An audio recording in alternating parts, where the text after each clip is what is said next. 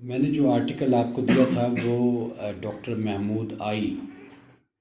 ان کا آرٹیکل تھا یہ امر بالمعروف و نہی عن المنکر پہ، اور اس میں انہوں نے، میں مکمل نہیں پڑھ سکا لیکن پہلے میں نے پڑھا تھا تو اس کے اس وقت پوائنٹ نہیں لکھے تھے، اب میں نے کوئی تھوڑی سی باتیں اس کی میں نے لکھی ہیں۔ ایک تو انہوں نے اس میں جو معروف اور منکر ہے، امر بالمعروف و نہی عن المنکر، ایک تو اس کی انہوں نے تعریف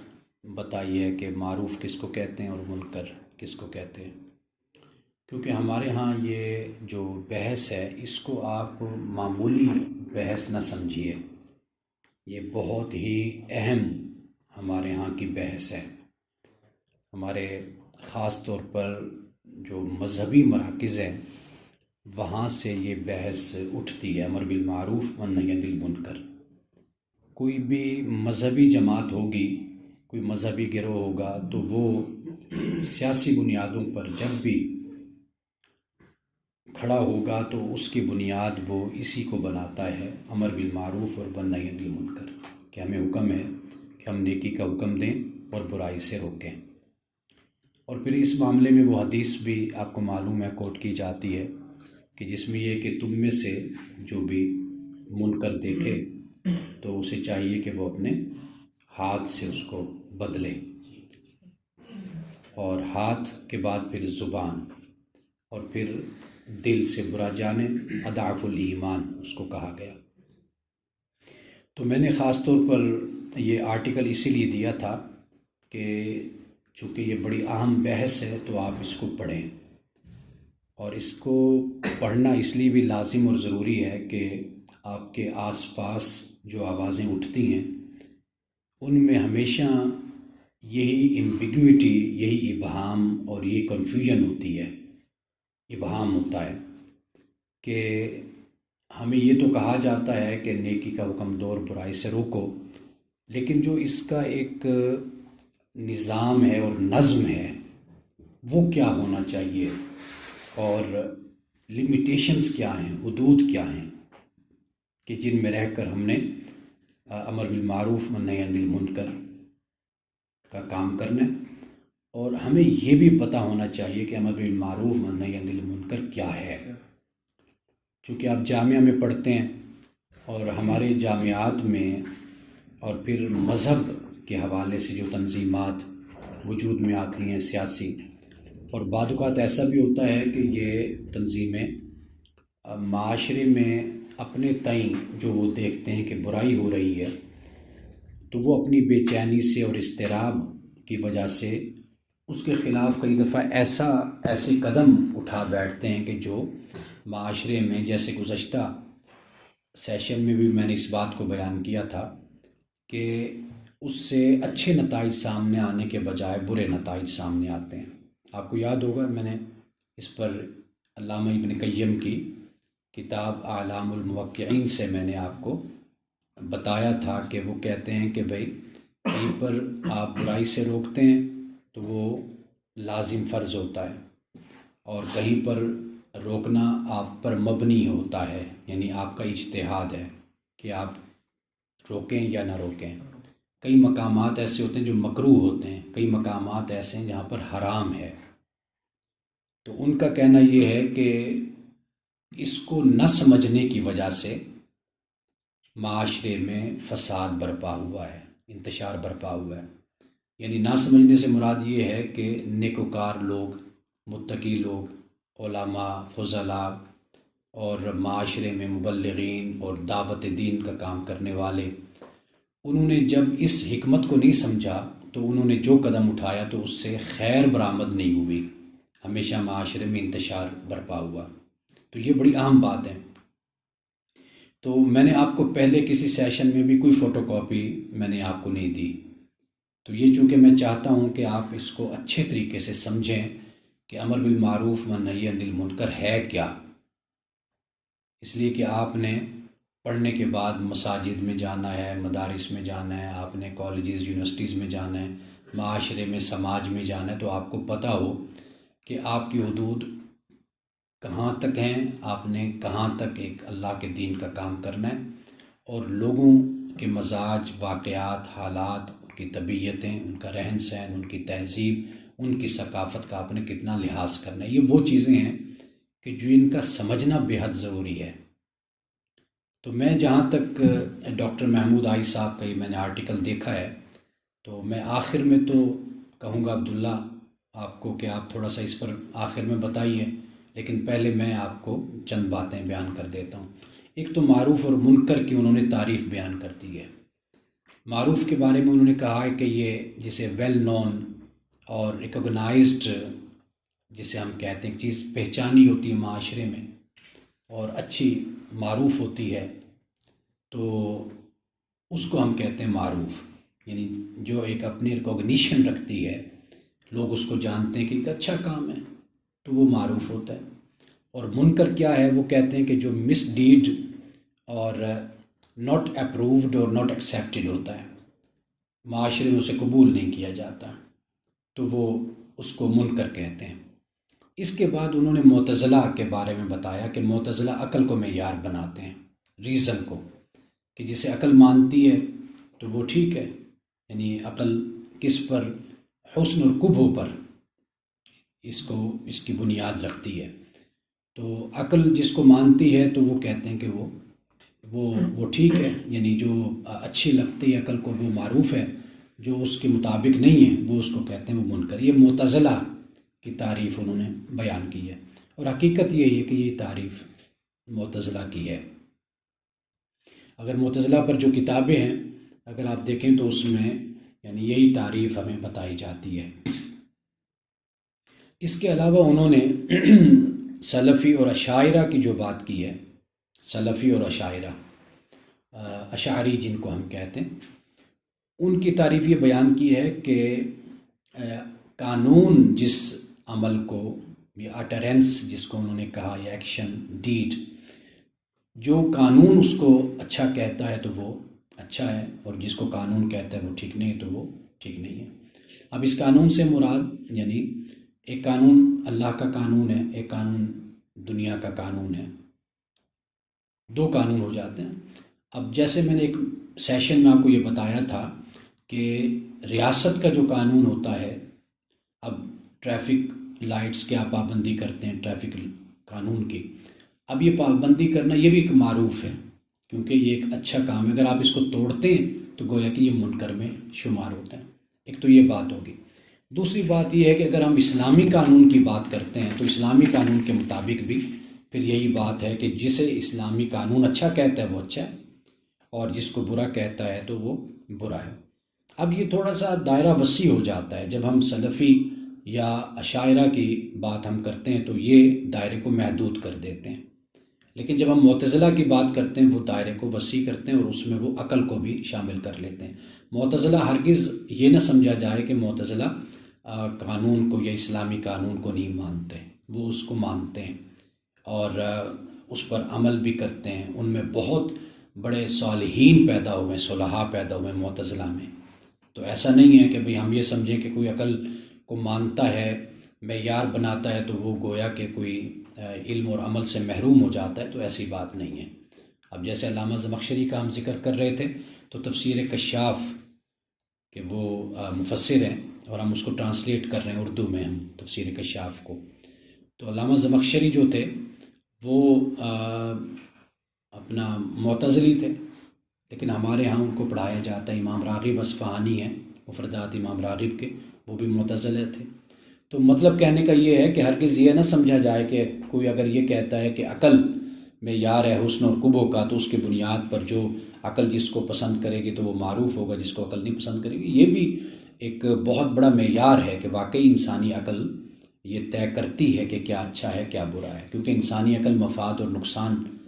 کو سمجھتی ہے نا. عقل کو عقل اس لیے کہتے ہیں کہ وہ فائدہ اور نقصان کو سمجھتی ہے. تو لیکن اگرچہ وہ ظاہری اور مادی فائدہ ہوتا ہے، عقل روحانی معیار سے یعنی اس لیول تک نہیں جا سکتی، لیکن جسے اقبال نے کہا کہ عقل یار سو بھیس بنا لیتی ہے. اور تو لیکن سلفی اور اشاعرہ کا جو اشاعرہ ہے ان کا کہنا یہی ہے جو میں نے آپ کے سامنے رکھا کہ قانون جس کو کہے گا ہم اس کو تسلیم کر لیں گے۔ اب اس کے بعد آگے بات کو ہم لے کر چلتے ہیں، کہتے ہیں کہ اختلاف جو ہے وہ اس پر سامنے آتا ہے، بنیادی تعریف میں نے آپ کے سامنے رکھ دی۔ اختلاف اس پر سامنے آتا ہے کہ انفرادی یہ ذمہ داری ہے یا اجتماعی ذمہ داری ہے، یعنی یہ ذمہ داری آپ کی ہے، میری ہے، یا یہ ذمہ داری اجتماعی یہ ذمہ داری ہے۔ اب اجتماعی ذمہ داری جو ادا کرنی ہے، اس کے پھر ایک راستہ تو یہ ہو جاتا ہے کہ ریاست امر بالمعروف والنہی عن المنکر کو نافذ کرتی ہے، اور انفرادی طور پر کیا ہوتا ہے، انفرادی طور پر ہم ذاتی طور پر ہم کوشش کرتے رہتے ہیں، نیکی کا حکم دیتے ہیں۔ حکم دینے کے بجائے آپ ترغیب کا لفظ بولیں کہ انوائٹ ہم کرتے ہیں، دوسرے کو نیکی کی طرف بلاتے ہیں، یا برائی کے بارے میں وتواصوا بالحق وتواصوا بالصبر کا جو معاملہ ہے وہ ہم اختیار کرتے ہیں، ہمیں اس بات کی تعلیم ہے۔ اب جو دوسرا آگے راستہ بنتا ہے وہ ہے ریاست، کہ ریاست کا کردار اس معاملے میں کیا ہوتا ہے، یعنی اختلاف اس پر ہے کہ نیکی کا جو حکم دینا ہے یہ ہم نے انفرادی طور پر یہ کام کرنا ہے، یا ریاست کی بھی اس پر ذمہ داری عائد ہوتی ہے کہ ریاست یہ کام کرے۔ اچھا، جب ریاست کی بات کریں گے تو واضح بات ہے کہ پھر ایک قوت کی بات ہوتی ہے، ایک طاقت کی بات ہوتی ہے، اور ریاست کی جب ہم بات کریں گے تو پھر وہ حسبہ اسے کہا جاتا ہے، یعنی حسبہ کیا، یہ باقاعدہ طور پر ایک ادارہ وجود میں آ جاتا ہے، اور یہ ادارہ پھر اس ذمہ داری کو ادا کرتا ہے۔ مثال کے طور پر آپ دیکھیے کہ سعودیہ میں بھی یہ امر بالمعروف والنہی عن المنکر کا الارشاد کے نام سے غالباً یہ ایک ادارہ ہے، جہاں واضح طور پر لوگ جو حکومت کی طرف سے، ریاست کی طرف سے اپوائنٹ کیے جاتے ہیں، وہ سڑکوں پر پھر رہے ہوتے ہیں، تو وہاں پر کوئی ایسا کوئی کام ہو جو غیر اسلامی ہو تو اس پر وہ ان کو خبردار کرتے ہیں، ان کو حکم دیتے ہیں بھئی آپ یہ کام نہ کریں اور یہ کام آپ کریں۔ نماز کا ٹائم ہوا تو نماز کے ٹائم پہ لوگوں کو مسجد میں نظر آنا چاہیے۔ تو اس طرح کر کے یہ حسبہ، آپ کو یاد ہوگا کہ سرحد میں بھی حسبہ بل معروف ہوا تھا جب MMA کی حکومت تھی، متحدہ مجلس عمل کی، تو وہاں پر سرحد میں یہ حسبہ بل پیش کیا گیا اور حسبہ ادارہ قائم کیا گیا۔ اسی طرح آپ ایران کو دیکھ لیجئے، ایران میں بھی ایک باقاعدہ ادارہ ہے۔ پچھلے دنوں آپ نے سنا ہوگا کہ وہ ایک لڑکی مر گئی، اس کو ہلاک کر دیا گیا۔ یہ جو پولیس تھی، اس پولیس نے زبردستی اس لڑکی کو کہا، اس کے غالباً تھوڑے سے پیشانی سے بال نظر آ رہے تھے یا کچھ ایسا تھا، تو انہوں نے اس کو پکڑا، لے گئے، تو اس حالت میں اس کی ڈیتھ ہو گئی، ہارٹ اٹیک ہوا، اللہ ہی جانتا ہے کیا صورت۔ دونوں طرح کی متضاد اطلاعات باہر آئیں، ایک یہ اطلاع کہ اس کو مارا گیا، ایک اطلاع یہ کہ اس کو دل کا دورہ پڑا، اتفاقاً وہ بچی فوت ہو گئی۔ تو وہ سر عام، حالانکہ اس نے سر پر اپنا جو کیا کہتے ہیں اس کو، سکارف لیا ہوا تھا، لیکن کچھ بال اس کے نظر آ رہے تھے، تو اس سکارف کی وجہ سے اس کو انہوں نے منع کیا یا روکا یا جو بھی کیا۔ بہرحال یہ پھر حسبہ بل اس میں آ جاتا ہے، یعنی انسٹیٹیوشنلائز جو آپ کرتے ہیں نا، انسٹیٹیوشن بنا دیتے ہیں آپ، تو تب یہ مسئلہ سامنے آتا ہے کہ آپ ایک چیز کو نافذ کر رہے ہیں ریاست کے ذریعے سے۔ یہ جو ہے مسئلہ، یہ در حقیقت توجہ طلب ہے کہ اس کو ہونا چاہیے یا نہیں ہونا چاہیے۔ مثال کے طور پر افغانستان کو آپ دیکھ لیجئے کہ وہاں پر اتنے میل پر عورت سفر کر سکتی، اتنے میل سے زیادہ نہیں کر سکتی، محرم اپنے ساتھ لے کر جائے گی، ایک بات۔ دوسرا یہ کہ دیگر معاملات میں بھی یعنی وہ افغانستان میں ایک خاص پولیس ہے جو لوگوں کو پبلک پلیسز پر اور عوامی جو مقامات ہیں وہاں پر، اور اس کے علاوہ باہر جب بھی کوئی مرد یا عورت ہے تو اس پر یہ قانون نافذ ہوتا ہے کہ بھی آپ نے یہ کرنا ہے، تو اس کو وہ شمار کرتے ہیں امر بالمعروف والنہی عن المنکر میں۔ اب اس پر اختلاف ہے کہ آیا کہ یہ کام ذاتی طور پر کیا جانا چاہیے یا کوئی حکومت یا ریاست اس طرح کا کوئی ادارہ قائم کر سکتی ہے یا قائم نہیں کر سکتی۔ یہ مسئلہ ہمارے ہاں عالم اسلام میں بھی مختلف فی مسئلہ ہے۔ اس کی وجہ یہ ہے کہ مثال کے طور پر جو ڈاکٹر محمود آئی ہیں، یہ کہتے ہیں کہ بھئی انسان مکمل طور پر آزاد ہے اپنی زندگی کے حوالے سے، آپ ریاست ہو یا علماء ہوں جو بھی ہوں وہ راغب کر سکتے ہیں، ترغیب دے سکتے ہیں، لیکن وہ زبردستی ان پر اسلام کو نافذ نہیں کر سکتے، یہاں تک کہ وہ کہتے ہیں شراب ہے تو شراب اپنے ہوٹل میں یا اپنے ریسٹورنٹ میں کسی جگہ کوئی پی رہے تو اس کو پینے دیں، تو ریاست کو یہ حق بالکل نہیں ہے کہ وہ وہاں تک جا کر دخل اندازی کرے اور اس کو منع کرے۔ یہ ترکی کا یہی ماحول ہے، وہاں پر اگر آپ جائیں تو بالکل وہ آپ کو ایسے ہی نظر آئے گا جیسے آپ یورپ میں آ گئے، خواتین کے کپڑے چھوٹے ہیں، مرد ان کے ساتھ ہیں، فرینڈ شپ جیسے ایک ماحول ہوتا ہے۔ تو لیکن جو ڈاکٹر محمود آئی یا اس کے علاوہ دیگر جو اسکالرز ہیں ان کا کہنا یہ ہے کہ ہر انسان آزاد ہے، ریاست اس پر کوئی قانون سازی نہیں کر سکتی، کوئی حسبہ نہیں بنا سکتی، کوئی ادارہ نہیں بنا سکتی، کسی طرح کی بھی کوئی سختی نہیں ہوگی۔ لیکن ہم جس ملک میں آتے ہیں، افغانستان ہے، ایران ہے، پاکستان ہے، تو ہماری جو کیٹیگری بنتی ہے وہ یہی بنتی ہے افغانستان کی، ایران کی، اور ہم اس سطح پہ بڑی محنتوں کے بعد آ چکے ہیں، 75 سال کے شدید سٹرگل کے بعد، سخت محنت کے بعد اب ہم اس مقام پہ پہنچے ہوئے ہیں کہ ہمارا شمار بھی افغانستان، ایران اور اس لیول پر ہمارا ہوتا ہے۔ ایران بھی ہم سے اب کافی بہتر ہے، بلکہ افغانستان بھی اب ہم سے کافی بہتر ہوتا جا رہا ہے۔ تو لیکن یہ ہے کہ یہ اختلاف موجود ہے۔ اب اس کے بعد ہم آگے چلتے ہیں۔ حسبہ بل میں نے آپ کو بتایا کہ جیسے سرحد میں آیا، حسبہ ایک ادارہ ہے باقاعدہ طور پر، یہ لفظ اگر آپ فقہ میں دیکھیں، قانون میں دیکھیں تو یہ لفظ استعمال ہوتا ہے باقاعدہ طور پر، حسبہ۔ یہ تو اس کا مطلب یہی ہے کہ اجتماعی طور پر ریاستی سطح پر لوگوں کو امر بالمعروف اور نہی عن المنکر کرنا، یہ ہے۔ اچھا، اب اس کے بعد خارجیوں کا، یعنی جہاں پر اختلاف پھر جو سامنے آتا ہے وہ یہ ہے کہ مثال کے طور پر آپ ہر مسلمان کی ذمہ داری ہے وہ نیکی کا حکم دے اور برائی سے روکے۔ اب سوال یہ پیدا ہوتا ہے کہ معاشرے میں اگر برائی ہے یا کوئی معاملہ ایسا ہے تو کیا آپ جب زبان سے سمجھاتے ہیں، آپ روکتے ہیں، سب کچھ کرتے ہیں، پھر بھی وہاں پر وہ برائی کا خاتمہ نہیں ہوتا تو پھر آپ کو کیا طریقہ اختیار کیا جانا چاہیے؟ تو وہاں پر آپ کو معلوم ہے کہ جو خارجی ہیں، خارجی، ان کا نقطہ نظر تو یہی ہے کہ جہاں پہ اگر آپ زبان سے منع کرتے ہیں تو نہیں، اگر اصلاح ہوتی اجتماعی سطح پر، معاشرے کی سطح پر، تو پھر آپ کو اختیار ہے کہ آپ وہاں پر اسلحہ استعمال کریں، آپ طاقت استعمال کریں، آپ قوت استعمال کریں، جس کی جھلک آپ نے طالبان کی صورت میں آپ نے دیکھی کہ ان کا نقطہ نظر یہی تھا کہ بھئی یہ جو پاکستانی ہیں یہ اسلام کے غدار ہیں، یہ عوام بھی غدار ہے۔ حکومت تو اپنی جگہ پر، ریاست اپنی جگہ پر کہ وہ غدار ہے، امریکہ کا ساتھ دیتی ہے، لیکن عوام کے بارے میں بھی ان کا نقطہ نظر یہی تھا کہ یہ اٹھتے نہیں ہیں، برائی کے خلاف، ظلم کے خلاف، آمریت کے خلاف یہ کھڑے نہیں ہوتے، امریکہ کے خلاف استبدادی نظام ہے، استحصالی نظام ہے، اس کے خلاف کھڑے، لہٰذا ان کو بھی مارا جا سکتا ہے۔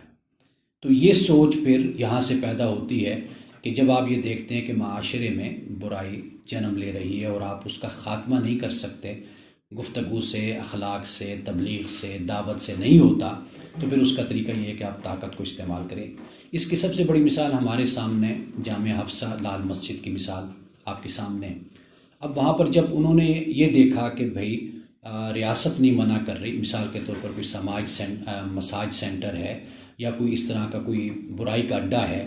انہوں نے پولیس کو آگاہ کیا، انہوں نے پولیس سے کہا کہ بھئی آپ ان کو روکیں۔ جب پولیس نے نہیں روکا یا روکنے کی کوشش کی تو کام نہیں آگے چلا، یا کرپشن جو ہمارے معاشرے میں رائج ہے، اس صورت میں پھر انہوں نے ایسا کیا کہ انہوں نے پھر اپنے بچیوں کو تیار کیا ڈنڈے دے کر اور بھیجا کہ بھئی اس سسٹم کو بند کرو، یہ جو مساج سینٹر کھلے ہوئے ہیں یا یہاں پر جو کچھ بھی فحاشی اور برائی ہو رہی ہے، بے شک وہ اندر کھاتا ہو رہی تھی، باہر تو نہیں ہو رہی تھی، سڑکوں پر تو نہیں ہو رہی تھی، اندر ہو رہی تھی، لیکن چونکہ ان کا خیال یہ تھا کہ چونکہ اندر برائی ہوتی ہے تو ہمارے جو مذہبی طبقہ روایتی وہ تو یہ خیال کرتا ہے کہ شاید جو بیوٹی پارلر ہوتے ہیں یہ بھی شاید کوئی اچھی جگہ نہیں ہوتی، یعنی دین اور شریعت کے خلاف یہاں پر سب کچھ ہو رہا ہوتا ہے۔ تو یہ بھی ایک نقطہ نظر ہمارے ہاں ہے، تو اس لیے نعوذ باللہ یہ خیال کر لیا جاتا ہے کہ شاید یہ بھی فحاشی اور برائی کے اڈے ہیں، حالانکہ ایسی بات نہیں ہے۔ وہاں پر ہماری بہنیں، بیٹیاں، ہماری مائیں اور ہماری سب وہاں پر جاتی ہیں۔ وہ ایک خاص، آپ کو معلوم ہے کہ ایونٹ ہوتا ہے شادی کا یا کوئی کسی کا ولیمہ ہے تو یا کوئی خوشی ہے، سالگرہ ہے، تو خواتین ذرا میک اپ کروا لیتی ہیں، اپنے آپ کو ذرا سنور لیتی ہیں، تو اتنی وہاں پر صورت ہوتی ہے۔ یعنی ہر جگہ ایسا نہیں ہوتا، اچھے لوگ بھی بیٹھے یہ کاروبار کر رہے ہیں. تو اس لیے ایک نقطہ نظر خاص جو مذہبی ہوتا ہے وہ یہ سمجھ لیتا ہے کہ شاید جو یہ بننا سنورنا میک اپ اور یہ جتنی جگہیں ہوتی ہیں تو شاید اللہ نہ کرے کہ وہاں پر کوئی ایسی برائی ہو رہی ہوتی ہے، یہ ایک خیال ہے. تو وہاں پر پھر وہ جو مولانا تھے عبدالعزیز صاحب اور اس کے علاوہ جو ان کے بھائی شہید ہو گئے عبدالرشید صاحب، اب انہوں نے وہاں پر بھی ڈنڈے دے کر بچیوں کو وہاں پر بھیجا. پھر آپ نے دیکھا کہ انجام کیا ہوا، اینڈ کیا ہوا. اینڈ یہی ہوا کہ پاکستانی ریاست نے پھر ان پر باقاعدہ طور پر ایکشن لیا. سمجھانے بجھانے کے باوجود علماء نے بڑی اس میں مداخلت کی. بڑے بڑے علماء، کابر علماء جو دیوبند علماء تھے وہ اس میں انوالو ہوئے، وہ گئے، انہوں نے ان کو سمجھایا، لیکن وہ رکے نہیں ہیں، باز نہیں آئے. پھر ریاست آپ کو پتہ ہے اس کے پاس طاقت ہوتی ہے، آپ جتنا بھی اسلحہ اکٹھا کر لیں، جتنی بھی طاقت اپنی بنا لیں، آپ اس حد تک تو نہیں پہنچ سکتے. اب معاملہ یہ ہوتا ہے کہ جب آپ دیکھتے ہیں کہ آپ کے پاس اتنی طاقت اور قوت نہیں ہے، پہلی بات تو یہ ہے کہ آپ ایک سسٹم میں رہ رہے ہیں، یعنی ایک سٹیٹ میں رہ رہے ہیں. وہ سٹیٹ، وہ ریاست جہاں پہ آپ رہ رہے ہیں، بے شک حالات جیسے بھی ہوں، لیکن دیکھنا یہ ہوتا ہے نا کہ میں یہ ایکشن کر رہا ہوں، لے رہا ہوں، آیا کہ اس سے کوئی اصلاح کا پہلو پیدا ہوگا یا فساد زیادہ برپا ہوگا. یہ وہی بات آ گئی جو میں نے ابھی آپ کو بتائی تھی ابن قیم رحمۃ اللہ تعالیٰ علیہ کی، علامہ ابن قیم کی. وہی بات آ گئی نا کہ سمجھا نہیں گیا کہ بھئی میں جو برائی کو روک رہا ہوں، آیا کہ برائی کے روکنے سے زیادہ برائی جنم لے گی، یا برائی کا خاتمہ ہوگا، یا امن ہوگا، یا فساد پھیلے گا. جب انسان اس پر غور کر لے نا تو پھر شریعت کا تقاضا یہ ہوتا ہے کہ پھر انسان قدم نہ اٹھائے جب اسے معلوم ہو کہ میں کمزور ہوں اس کے مقابلے میں، اور معاشرے میں بے امنی پھیلے گی، ناانصافی پھیلے گی، ظلم پھیلے گا، تو اس کو رک جانا چاہیے. اب مذہبی لوگوں کا یہ خیال ہوتا ہے کہ دیکھیے جب یہ ایکشن لیا گیا تو بڑے بڑے علماء کی زبان سے یہ بات سنی کہ مذہبی لوگ کمزور ہوئے ہیں ایسے واقعات کے بعد. یعنی جامع افسا کا لال مسجد کا واقعہ ہوا تو مذہبی لوگ کمزور ہوئے. کیسے کمزور ہوئے؟ لوگ بدظن ہو گئے ان سے، اور لوگوں نے یہ خیال کرنا شروع کر دیا کہ یہ مذہبی لوگ اسی طرح کا، ان کی سوچ یہی ہوتی ہے، یہ اسی طرح فساد پھیلاتے ہیں اور ان کو خیال نہیں ہے دین کا، مذہب کا، اس کو غلط استعمال کرتے ہیں. یہ سوچ پیدا ہوتی ہے نا معاشرے میں. اس سے کیا ہوتا ہے؟ اس سے یہی ہوتا ہے کہ مذہب کمزور ہوا، مذہب کے بارے میں تاثر خراب ہوا، لوگوں نے غلط سوچنا شروع کر دیا مذہب کے بارے میں. اور پھر ہمارے ہاں جو مذہب مخالف قوتیں ہوتی ہیں وہ اس کو کیش بھی کرواتی ہیں، استعمال کرتی ہیں. اس سے ہمارا نوجوان طبقہ بھی مذہب سے، اسلام سے دور بھی ہوتا ہے، اور پھر ایسے حالات اور ماحول بنتا ہے جس طرح ہمارا پاکستان میں بنا ہوا ہے، اس کا صورت حال ہے. تو گویا کہ عرض کرنے کا مقصد یہ ہے کہ خارجیوں کا نقطہ نظر پھر یہ ہے کہ بھی آپ ریاست کو دیکھیں کہ اگر وہ غلط کام کرتے تو آپ اٹھ کھڑے ہوں. بے شک پھر جو بھی مسئلہ بنے، طاقت آپ کے پاس کم ہے، زیادہ ہے، جو بھی ہے، بہرحال آپ نے برائی کو برداشت نہیں کرنا کسی طریقے سے بھی. ایک یہ نقطہ نظر ہے. اور پھر اس کے بعد یعنی جنہیں عبادی کہا جاتا ہے، عبادی ہی لفظ بولتے ہیں نا، عبادی جو فرقہ ہے، عبادی ہے، زیدیہ ہے، امامیہ ہے،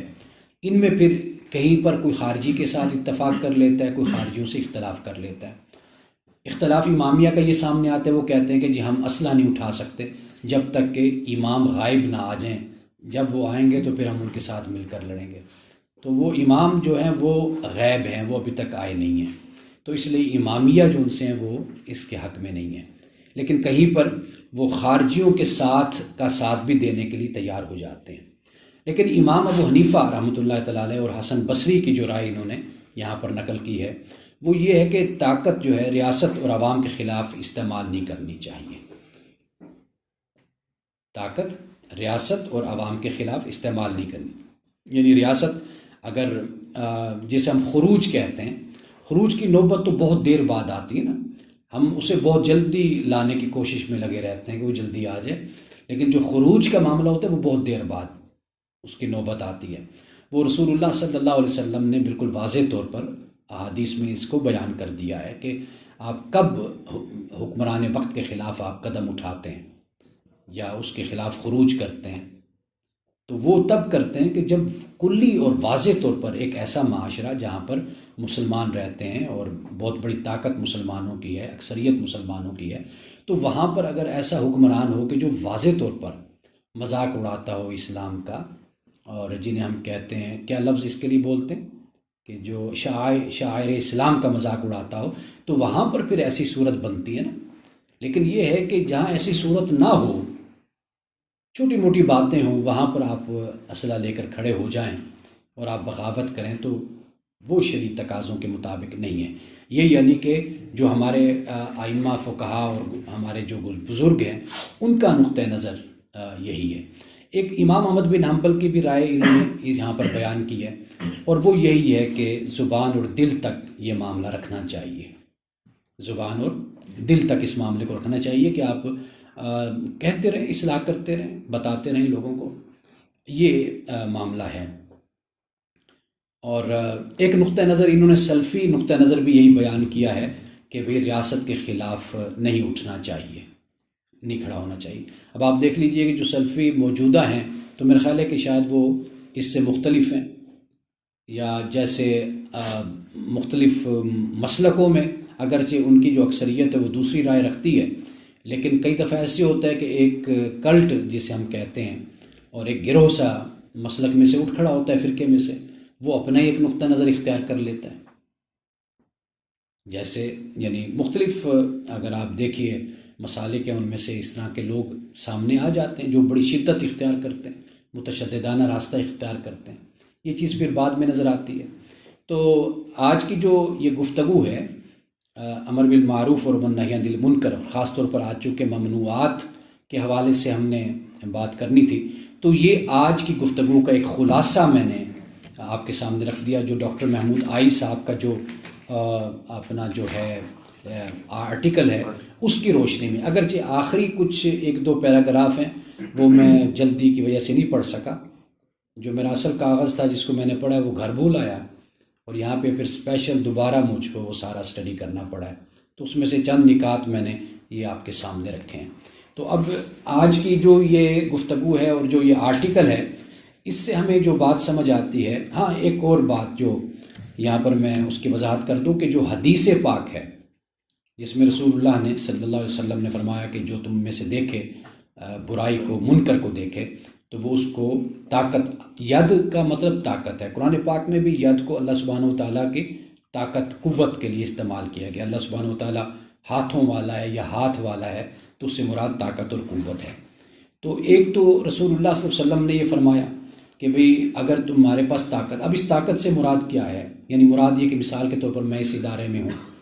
اب نماز ہے، تو میں اپنے جو ہمارے ساتھ وابستہ ہیں لوگ، مختلف ذمہ داریوں پر بیٹھے ہیں، تو میں ان کو کہوں گا کہ نماز پڑھیں، کیونکہ میرا ادارہ ہے نا، یہ ہمارا ایک نظم، ایک ضبط بن جاتا ہے۔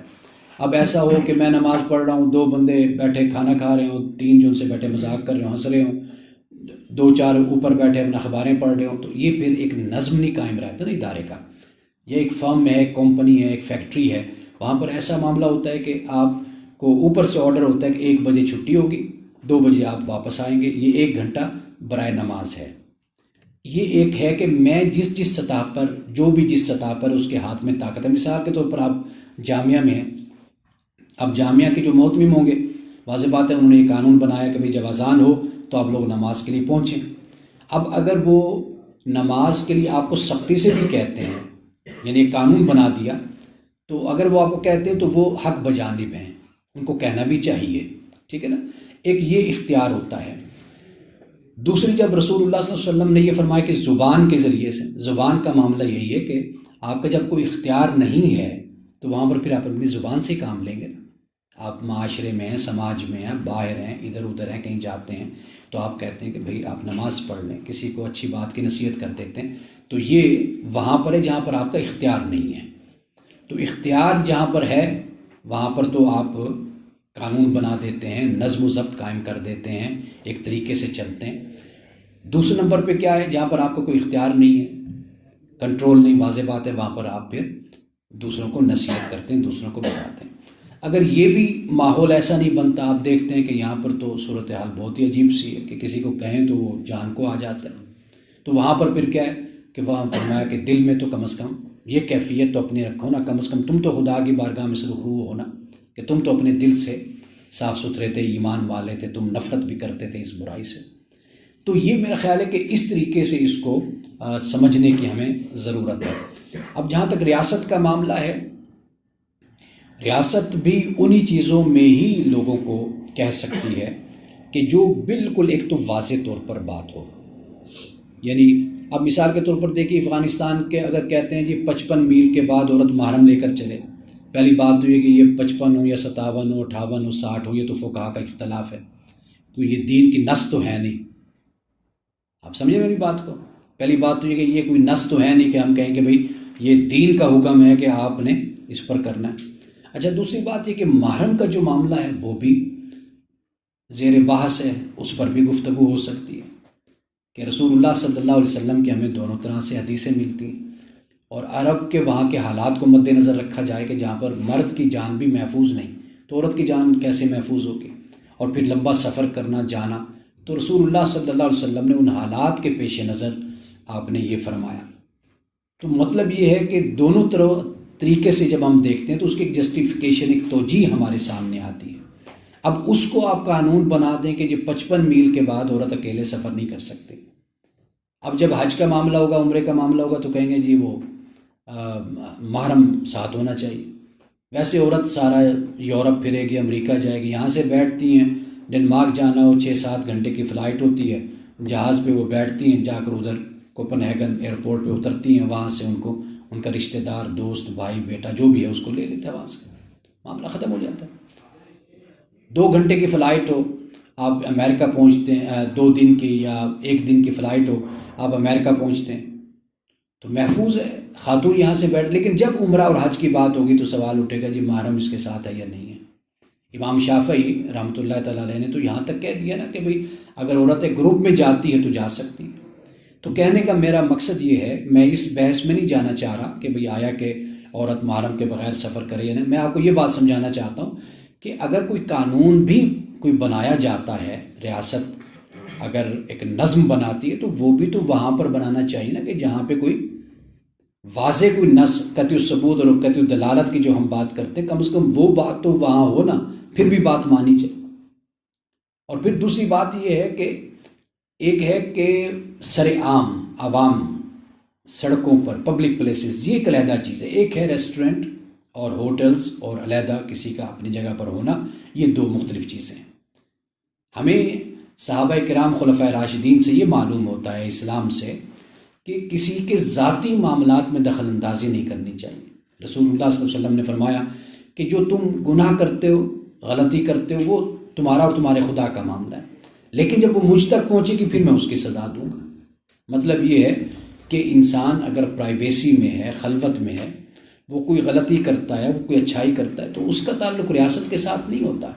سیدنا فاروق اعظم رضی اللہ تعالیٰ عنہ نے جب کسی کے گھر میں آپ داخل ہوئے پیچھے سے، تو آپ کو معلوم ہے کہ اس خاتون نے کیا کہا تھا، یا اس مرد نے، اس نے کہا تھا امیر المومنین، اس نے 2-4 کہا کہ میں تو 1 گناہ کر رہا ہوں نا، آپ نے 3-4 گناہ کیے ہیں، 3-4 غلطیاں کی ہیں۔ تو پھر اس نے بتایا ایک تو آپ پیچھے سے آئے، آنا بھی آپ کو سیدھے دروازے سے چاہیے تھا۔ دوسرے آپ نے یہ غلطی کی کہ آپ بغیر بتائے اور آپ چھاپا مارنے کے نقطہ نظر سے آپ اندر کود پڑے۔ اس نے اس طرح 2-4 باتیں بتائیں۔ تو رسول اللہ صلی اللہ علیہ وسلم نے ایک حدیث کے مطابق آپ نے یہ بھی فرمایا کہ بھی تم اگر کسی کو خلوت میں یا علیحدگی میں کوئی گناہ کرتے دیکھتے ہو، تم پر کوئی لازم نہیں جا کر دوسروں کو بتاؤ، تم اس کو سمجھا دو، اس کو بتا دو اور پردہ ڈال دو اس کی غلطی پر، اس کی خامی پر۔ ہاں، جب وہ ایسی ہو کہ جس سے جو معاشرے کو تھریٹ ہو، دھمکی ہو، معاشرے کے لیے خطرہ ہو، لوگوں کی جان کے لیے، مال کے لیے، عزت آبرو کے لیے خطرہ، وہ جگہیں تو ایسی ہیں نا کہ جہاں پر بتایا جائے اور کہا جائے، خبردار کیا جائے، وہاں پر پھر انسان ذمہ دار ہوتا ہے۔ لیکن وہ گناہ، وہ معاملات کہ جہاں پر کوئی بھی معاشرے کو خطرہ نہیں ہے، اس کا تعلق اس کے اپنی ذات سے، تو یہ وہ باتیں ہیں کہ جن پر ہمیں غور و فکر کرنا چاہیے، جن پر ہمیں سوچنا چاہیے۔ وہ جو ایک رویہ ہم اختیار کر لیتے ہیں نا معاشرے میں، سختی کا اور جبر کا، اس بارے میں ہمیں سوچنا چاہیے کہ اسلام کو ہم نے لوگوں کے سامنے پیش کرنا ہے، ان کو دین کی طرف بلانا ہے، دعوت دینی ہے، ہماری حیثیت کیا ہے، درجہ کیا ہے، ہمارا ڈیزگنیشن کیا ہے، عہدہ کیا ہے، ہم یہ کام کس لیول پہ کر سکتے ہیں، کس حد تک ہمیں نہیں کرنا چاہیے۔ جب جماعتیں بن جاتی ہیں، گروہ بن جاتے ہیں، وہ گروہ اور وہ جماعتیں اتنا تشدد اپنے اندر پیدا کر لیتے ہیں کہ وہ یہ سمجھتے ہیں کہ اب معاشرے کو ہم نے ڈنڈے کے زور پر ہم نے ٹھیک کرنا ہے۔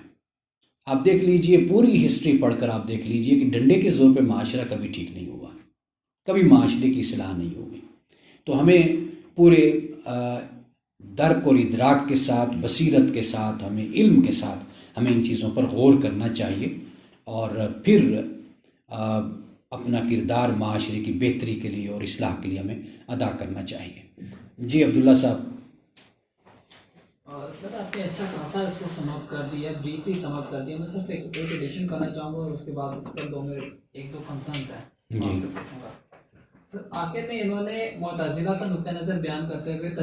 تدریج کے اصول کو بیان کیا ہے کہ تدریجاً آپ زبان سے پھر ہاتھ سے، اور جب تک ایک التزام انہوں نے کیا معتزلہ کے نزدیک کہ لازماً جب تک آپ کا برائی معاشرے سے ختم نہیں ہوتی آپ کو ریوارڈ کرنا پڑے گا، جس حد تک مرضی آپ جا کے کریں۔ لیکن انہوں نے یہ بھی ذکر کر دیا کہ یہ کس دور میں انہوں نے یہ نقطہ نظر اختیار کیا، یعنی اگر میں انڈرسٹینڈ کر سکا ہوں تو میں چاہوں گا کہ آپ میری اصلاح کر دیں اگر میں غلط ہوں، کہ انہوں نے یہ کہا کہ معتزلہ امیہ کے دور میں جس مشکل کا خود شکار ہوئے، انہوں نے وہی طریقہ پھر عباسی دور میں، مامون کے دور میں اختیار کیا، یعنی کہ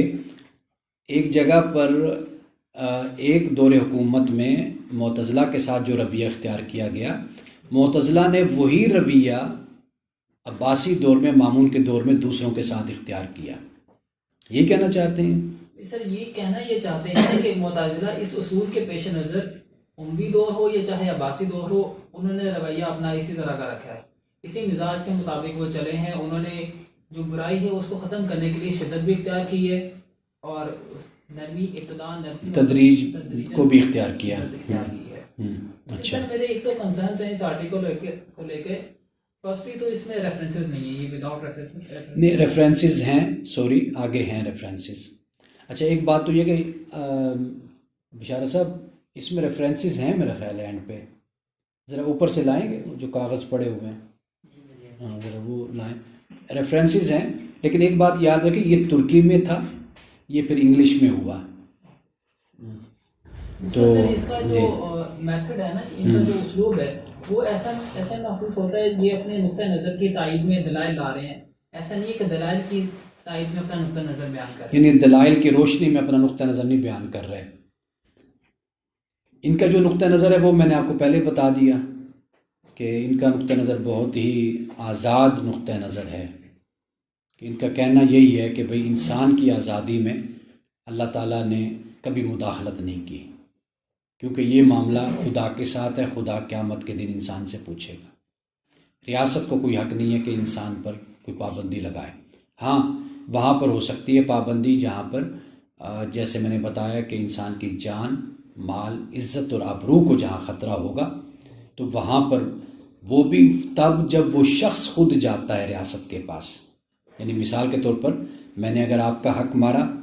تو اگر آپ اس حق کو پی گئے تو ٹھیک ہے، اگر آپ ریاست کے پاس جاتے ہیں تو پھر ریاست میرے خلاف اقدام کرے گی۔ یہ وہ دو چار صورتیں ہیں کہ جن کو بیان کیا گیا ہے۔ سر کنکلوژن میں وہ اپنے جو ریمارکس ہیں ان میں وہ سیاسی اور تنظیمی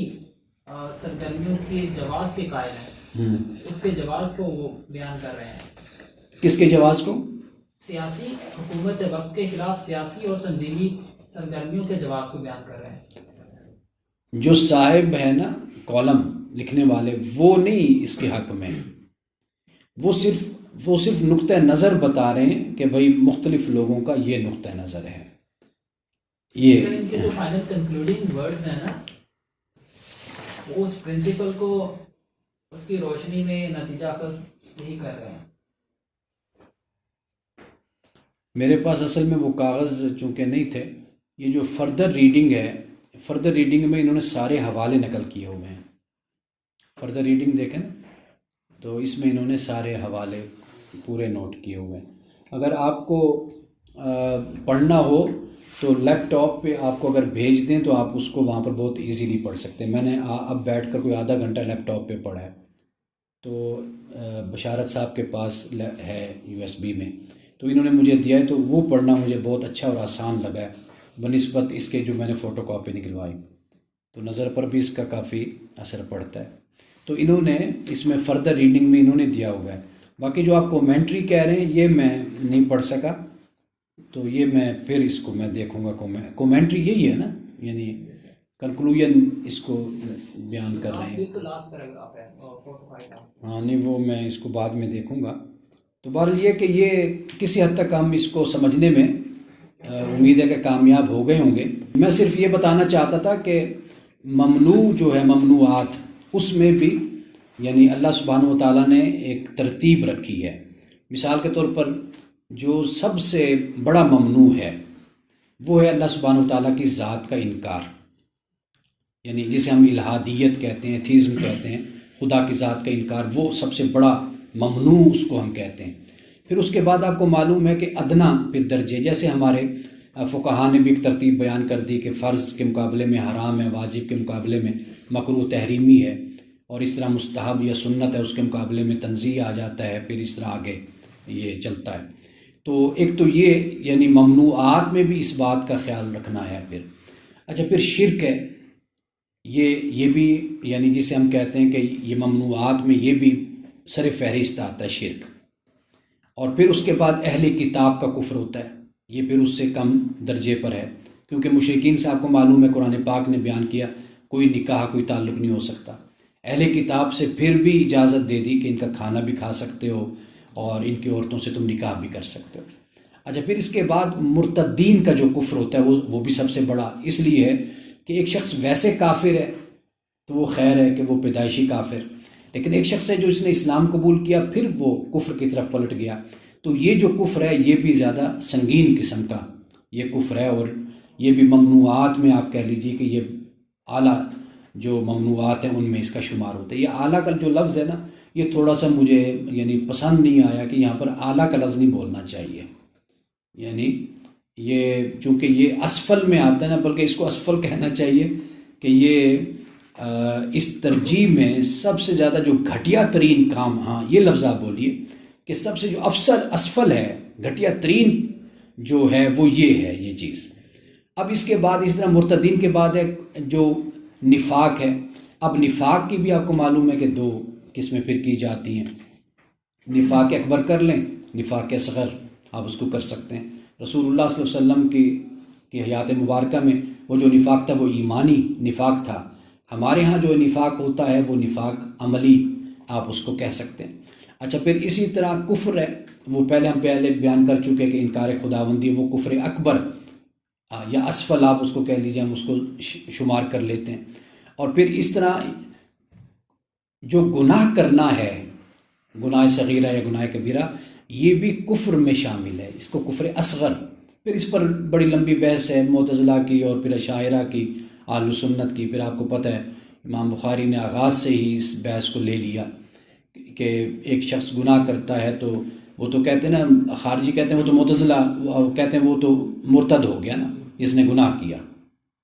وہ اسلام کے دائرے سے باہر نکل گیا۔ لیکن جو اہل سنت کا نقطہ نظر ہے وہ یہی ہے کہ واضح بات ہے کہ یہ عمل جو کر رہا ہے وہ ہے تو گناہ کا کام، اور اس وقت جب وہ کر رہا ہوتا ہے وہ اسلام سے باہر ہوتا ہے، گویا کہ اسلام سے باہر، ایمان سے باہر سے مراد یہ کہ کافرانہ کام جو کر رہا ہے، تو لیکن وہ جب کام ختم ہو گیا یا کر لیا وہ واپس مومن یا مسلم ہو جاتا ہے۔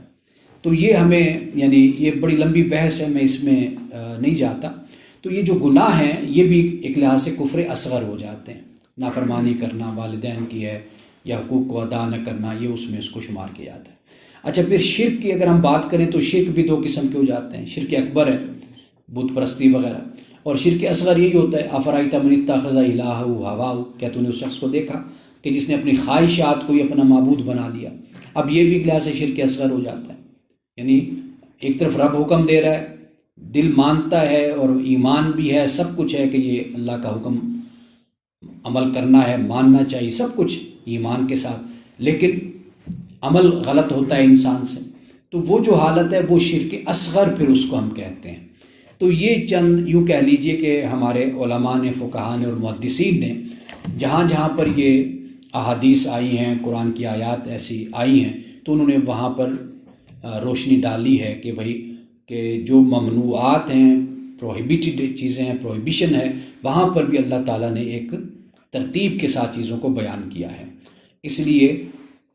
کوئی پہلے نمبر پہ ہے کہ اس کا بہت زیادہ گناہ ہے، کہیں پر انسان دائرہ اسلام سے خارج ہو جاتا ہے، کہیں پر اس سے کم گناہ، پھر کہیں پر اس سے کم گناہ۔ تو جو کم گناہ، چھوٹے گناہ ہیں جنہیں ہم گناہ صغیرہ کہتے ہیں، وہ اللہ سبحانہ و تعالیٰ معاف کر دیتا ہے اس انسان کے کہ جو خود کو گناہ کبیرہ سے بچاتا ہے۔ جو گناہ کبیرہ سے خود کو بچائے، وَيَعْفُو عَنِ السَّيِّئَاتِ کا معاملہ اس کے ساتھ ہو جاتا ہے، اور اس کے چھوٹے موٹے جو غلطیاں، خطائیں، اللہ تعالیٰ ان کو معاف کر دیتا ہے۔ تو انہی الفاظ کے ساتھ کہ اللہ تعالیٰ ہمارے بھی گناہوں کو اور خطاؤں کو اللہ معاف فرمائے اور صحیح راستے پہ چلنے کی توفیق دے۔ جی سر میرا کوشچن ہے، اگر امر بالمعروف اور نہی عن المنکر ریاست کی ذمہ داری شمار کی جائے اور وہ اس پر عمل درآمد نہ کروا سکے واضح طور پر، اس صورت میں ریاست کے خلاف بغاوت کی حیثیت کیا ہوگی؟ دیکھیے، سب سے پہلی بات تو یہ ہے کہ ریاست بنیادی طور پر، یعنی اگر ہم بات کریں ریاست اپنا کردار ادا کر رہی یا نہیں کر پا رہی، اس سے پہلے یہ سوال پیدا ہوتا ہے کہ جو ریاست کو ٹف ٹائم دے رہے ہیں،